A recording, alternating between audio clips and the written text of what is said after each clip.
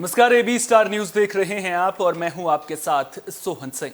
वक्त हो चला है उत्तराखंड की खबरों के खास बुलेटिन हमारी देवभूमि का, जिसमें सबसे पहले बात करेंगे क्रिकेटर ऋषभ पंत के। दरअसल क्रिकेटर ऋषभ पंत के क्रिकेट फील्ड पर उतरने का सभी दर्शकों को बेसब्री से इंतजार है और इस बीच क्रिकेटर ऋषभ पंत से जुड़ी एक अच्छी खबर सामने आ रही है।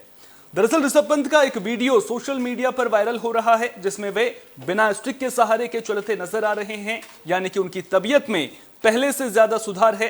दरअसल ऋषभ पंत ने सोशल मीडिया पर एक वीडियो शेयर किया है, जिसमें वे ये कहते हुए नजर आ रहे हैं कि बैसाखी के दिन अब और नहीं। वीडियो में ऋषभ पंत बेहद खुश नजर आ रहे हैं। इस वीडियो को आप देख सकते हैं। इस वीडियो में ऋषभ पंत पहले स्टिक के साथ नजर आते हैं, उसके बाद वो स्टिक को पास में खड़े मौजूद शख्स को पकड़ा देते हैं और फिर बिना स्टिक के सहारे के चलते हुए नजर आ रहे हैं। और इस वीडियो को जो कोई भी क्रिकेट फैन देख रहा है वो इस वीडियो को देखकर बेहद खुश है, क्योंकि क्रिकेटर ऋषभ पंत सड़क हादसे के बाद से अस्पताल में भर्ती थे, जिसके बाद उनके इलाज को लेकर के बीसीसीआई की ओर से भी पूरा खर्चा उठाया गया था। और अब अच्छी खबर यह सामने आ रही है कि वो ठीक हो रहे हैं, यानी कि वो जल्द ही क्रिकेट के मैदान में वापसी कर सकते हैं। लेकिन अभी इंतजार थोड़ा सा लंबा जरूर है। स्टिक का सहारा उन्होंने जरूर छोड़ दिया है, लेकिन अब क्रिकेट के फील्ड में उनकी वापसी कब तक होती है, इस पर नजरें सभी की लगातार बनी हुई हैं।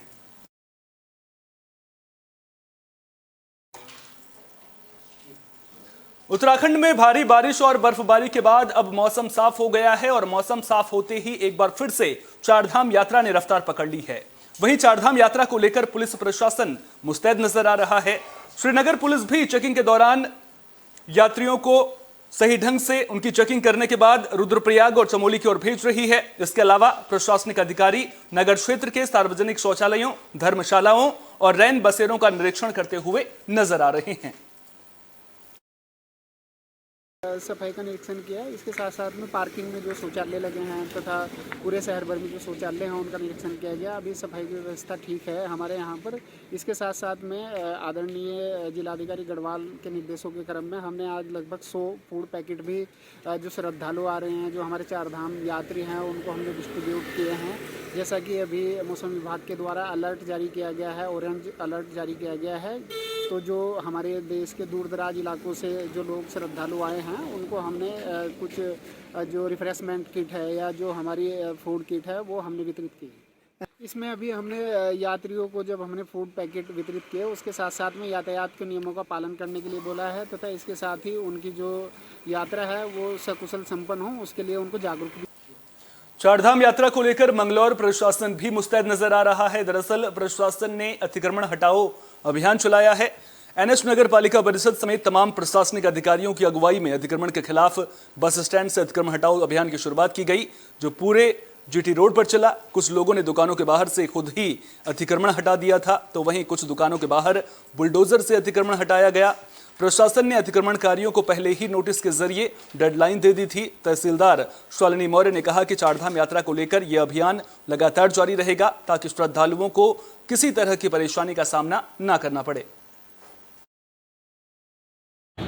देखिए, आगे जो है चारधाम यात्रा को देखते हुए जो है जो एनएच है, एनएच पे जो है अतिक्रमण किया गया था और नगर पालिका की तरफ से पहले भी जो है नोटिस दिए गए थे। सभी दुकानदारों को, व्यापारियों को, जो भी जिन्होंने अतिक्रमण कर रखा था उनको सूचित किया गया था कि भाई अपना अतिक्रमण हटा लें। जिन लोगों के द्वारा नहीं हटाया गया तो उसके तहत जो है आज नगर पालिका परिषद मंगलौर और पुलिस प्रशासन सभी के द्वारा जो है मिलकर के अतिक्रमण हटाओ अभियान चलाया जा रहा है। देखा नहीं क्या करेंगे ऐसा है, फिलहाल तो हम इसको भी वॉच करेंगे कि जहाँ से अतिक्रमण हटाया जा रहा है वहाँ पर दोबारा अतिक्रमण ना होने पाए, और यदि इस प्रकार की कार्रवाई की जाती है, यदि इस प्रकार का कृत्य किया जाता है तो उन लोगों के खिलाफ जो है विधिक कार्रवाई की जाएगी। विरोध तो देखिए अब करेंगे, जो अतिक्रमण करेगा वो तो विरोध करेगा ही ना हटाने के लिए। उत्तराखंड का एक और लाल देश के नाम पर कुर्बान हो गया है। दरअसल जम्मू कश्मीर के राजौरी में आतंकियों से मुठभेड़ के दौरान जिन 5 जवानों को शहादत मिली थी उनमें उत्तराखंड का लाल रुचिन रावत भी शामिल था। बता दें कि रुचिन चमोली जिले के गैरसैंण ब्लॉक के कुनिगाड़ गांव के रहने वाले थे और वे 9 पैरा कमांडो थे। वे अपने पीछे बूढ़े माँ बाप, पत्नी और 4 साल के बच्चे को छोड़कर चले गए हैं। रुचिन की शहादत की खबर मिलते ही गांव में मातम पसर गया है। शहीद की पत्नी का रो रो कर बुरा हाल है।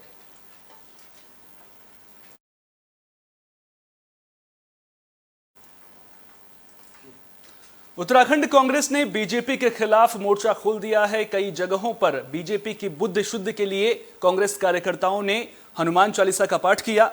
साथ ही बीजेपी का पुतला फूंकते हुए भी कांग्रेस कार्यकर्ता नजर आए। कांग्रेस नेता श्यामलाल आर्य ने कहा कि देश के लिए पदक लाने वाली बेटियां जंतर मंतर पर बैठी हैं और सरकार खिलाड़ियों को न्याय दिलवाने के बजाय आंदोलन को कुचलने की कोशिश कर रही है। इसके अलावा कांग्रेस ने बढ़ती बेरोजगारी और महंगाई को लेकर भी सवाल पूछा है। मैं आपके माध्यम से इस बात के लिए घोर भर्त्सना करता हूं, जिस प्रकार से प्रदेश सरकार के मंत्री ने एक आम जो वहां का ऋषिकेश का निवासी था और एक फरियाद लेकर माननीय मंत्री जी के पास मिलने के लिए गया और उस पर मंत्री जी ने जिस तरह का जो आपने सरेआम उत्तराखंड को शर्मसार करने वाली जो घटना हुई, माननीय मंत्री जी ने और उनके जो अंगरक्षक थे उन्होंने किस प्रकार से हमारे भाई दिनेश जी को मारा और आज पूरे प्रदेश को शर्मसार करने वाली ये घटना हुई है। मैं आपके माध्यम से कहना चाहता हूं, तत्काल प्रभाव से माननीय मुख्यमंत्री अपने पुष्कर सिंह धामी जी और माननीय प्रधानमंत्री जी को इस बात का संज्ञान लेना चाहिए और तत्काल प्रभाव से अपने प्रेमचंद को निष्कासित। मसूरी में भी कांग्रेस के कार्यकर्ताओं ने हनुमान चालीसा का पाठ किया। इस दौरान कांग्रेस कार्यकर्ताओं ने कैबिनेट मंत्री प्रेमचंद अग्रवाल के खिलाफ जमकर नारेबाजी की। कांग्रेस नेताओं ने बीजेपी पर जनता को गुमराह करने का आरोप भी लगाया। कांग्रेस नेताओं की माने तो बीजेपी सरकार ने हर वक्त हर समस्या को लेकर चुप्पी साध रखी है। कांग्रेस नेताओं ने कहा कि जिस तरह से शहरी विकास मंत्री प्रेमचंद अग्रवाल खुद लोगों के साथ खुल्लम खुल्ला मारपीट कर रहे हैं, उससे साफ है कि पार्टी और सरकार अराजकता फैला रही है। जिस तरह से आज भाजपा सरकार इस देश और प्रदेश में माहौल नफरत का माहौल बना रही है, समाज को बांटने का काम कर रही है, मुद्दों से जनता को भटकाने के लिए जो ये काम कर रही है, और जिस तरह से आपने कल देखा कि बजरंग दल के जो कुछ गुंडे, मैं गुंडे ही कहूंगी उनको, जो लाठी डंडों हथियारों से लैस थे, वो लोग जिस तरह से कल उन्होंने कांग्रेस भवन पे आक्रमण करने की, हमला करने की जो योजना बनाई है, और शासन प्रशासन को बार बार चेताने के बावजूद भी, क्योंकि एक दिन पहले ही कहते हैं इस तरह की घटना घटी तो ये अपने आप में उत्तराखंड को शर्मसार करने वाली घटना है, क्योंकि उत्तराखंड एक शांति प्रिय प्रदेश है। यहाँ के लोग बहुत ही भोले भाले सीधे साधे लोग हैं, शांति प्रिय लोग हैं। इस तरह की उत्तराखंड में अगर घटनाएं होंगी तो वो बहुत ही निंदनीय है, बहुत ही दुखद घटनाएं हैं। इस तरीके से भारतीय जनता पार्टी का सहयोगी विंग बजरंगबली हनुमान जी के नाम का दुरुपयोग करके इस देश के लोकतंत्र को कमज़ोर करने का काम कर रहा है। जिस तरीके से भाजपा हनुमान जी के नाम पर इस देश के अंदर सांप्रदायिक माहौल पैदा करने की कोशिश कर रही है, जिस तरीके से इस सुंदर लोकतंत्र की हत्या करने की कोशिश भाजपा सरकार कर रही है, उसके विरोध में आज हमने हनुमान चालीसा का यहाँ पर पाठ किया और ये बताने की कोशिश करी कि हनुमान भगवान किसी एक व्यक्ति के नहीं है, वो सनातन है और सबके वो प्रिय हैं। लेकिन आप जो भाजपा के लोग हैं, जिनको हमारे देश की जनता ने काम करने के लिए, जनता की सेवा करने के लिए जो है आपको भेजा है, इस लोकतंत्र की रक्षा के लिए आपको भेजा है, आप इनके नाम पर जो है इस देश को जो है धर्म के नाम पर बांट। पूर्व मुख्यमंत्री हरीश रावत अल्मोड़ा में एक दिन के उपवास पर रहे। उन्होंने सरकार पर शिल्पकला की उपेक्षा करने का आरोप लगाया है। दरअसल हरीश रावत सरकार के दौरान अल्मोड़ा के गुरुदाबांज में हरिप्रसाद उन्नयन केंद्र की स्थापना की गई थी, जिसमें कई काम भी हो चुके हैं, लेकिन मौजूदा वक्त में इस संस्थान को बंद कर दिया गया है। संस्थान बंद होने के खिलाफ ही हरीश रावत ने एक दिन का उपवास किया है। उन्होंने कहा कि अगर उसके बाद भी सरकार नहीं जागी तो वे 2 अक्टूबर से 24 घंटे के उपवास के साथ धरना प्रदर्शन करेंगे।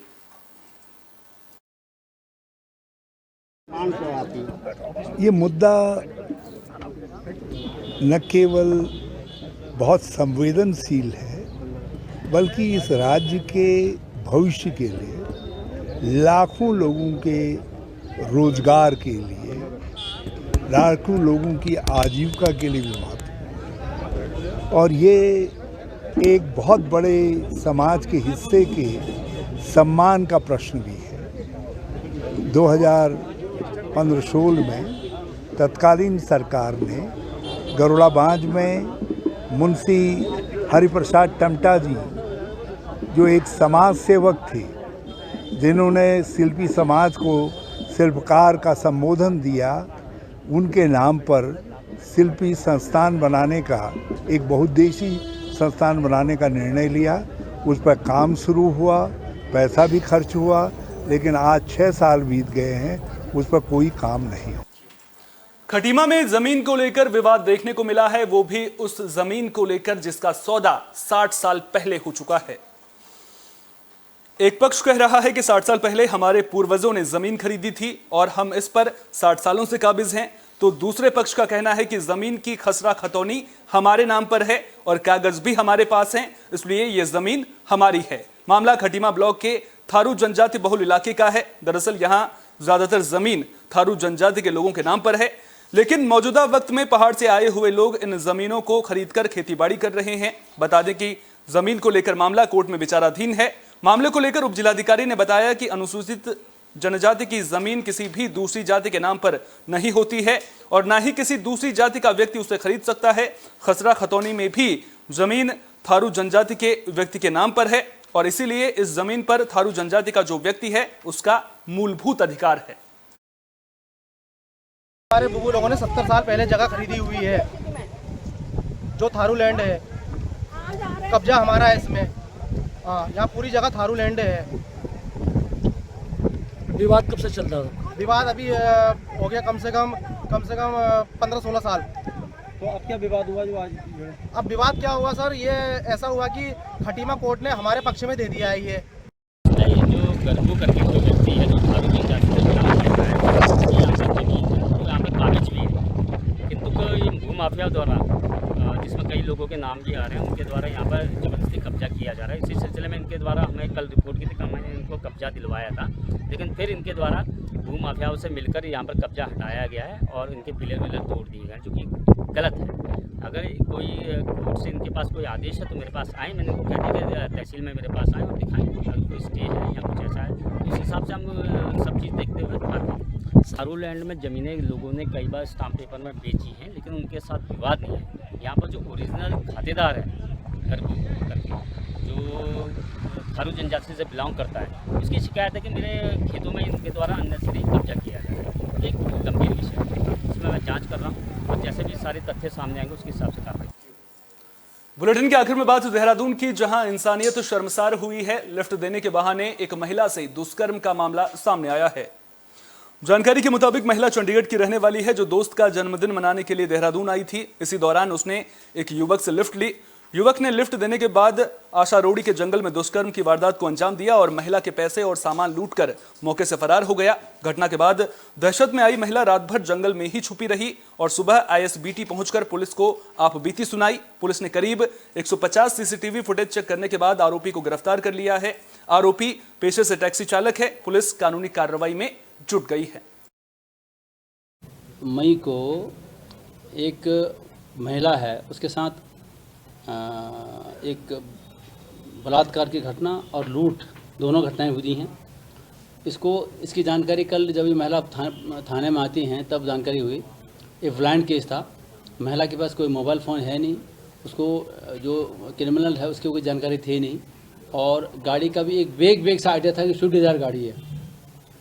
कल उसके निशानदेही पर हमारे पूरी टीम ने इसका पूरा घटनाक्रम को रिक्रिएट किया और फिर सीसीटीवी फुटेज लगभग 150 सीसीटीवी फुटेज का खंगालने के बाद फिर अभियुक्त को, सोहेल नाम का अभियुक्त है, ये बिहारी घाट में खुशहालीपुर पड़ता है गांव, वहां का रहने वाला है। उसको मैं स्विफ्ट डिज़ायर गाड़ी और जो बैग उसने लूट के ले गया था 500 रुपया और उसमें उस कपड़े थे, वो बरामद कर लिया गया है। उस पूरी टीम को मेरी तरफ से 10,000 के इनाम, क्योंकि ब्लाइंड केस था, बहुत सेंसेशनल केस था। और सबसे बड़ी बात है कि महिला को जो है कुछ बहुत विशेष। उत्तराखंड की खबरों की खास बुलेटिन हमारी देवभूमि में फिलहाल के लिए इतना ही। देश दुनिया की तमाम अहम खबरों के लिए बने रहिए AB स्टार न्यूज के साथ। फिलहाल दीजिए इजाजत, नमस्कार।